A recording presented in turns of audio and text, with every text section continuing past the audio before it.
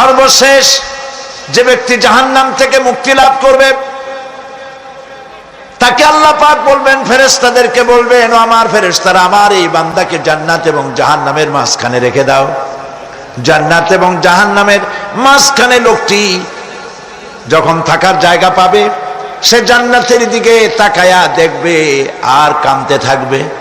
আল্লাহ পাক জিজ্ঞেস করবেন, বান্দারে, যুগের পর যুগ ধরে জাহান্নামে কেঁদেছ, আমি রব্বুল আলামিন জাহান্নাম মাফ করে দিয়া জান্নাত জাহান্নামের মাঝখানে রেখে দিয়েছি, আযাব থেকে তো বেঁচে গেছো, এখন কান্দো কেন?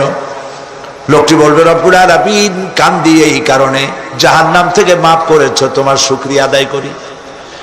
জান্নাত তো আমার কপালে নাই, কিসমতে নাই, কিন্তু জান্নাত আমি এখান থেকে দেখতে পাচ্ছি, জান্নাতের সুঘ্রাণ আমার নাকে আসতেছে, কপালে নাই যাওয়ার।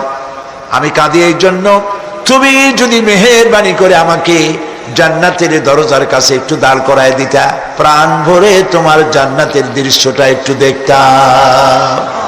আল্লাহ পাক তার আরজি পূরণ করবেন, বলবেন, যাও, ফেরেশতাদের বলবেন, এর জান্নাতের দরজার কাছে দাঁড় করায় দাও। জান্নাতের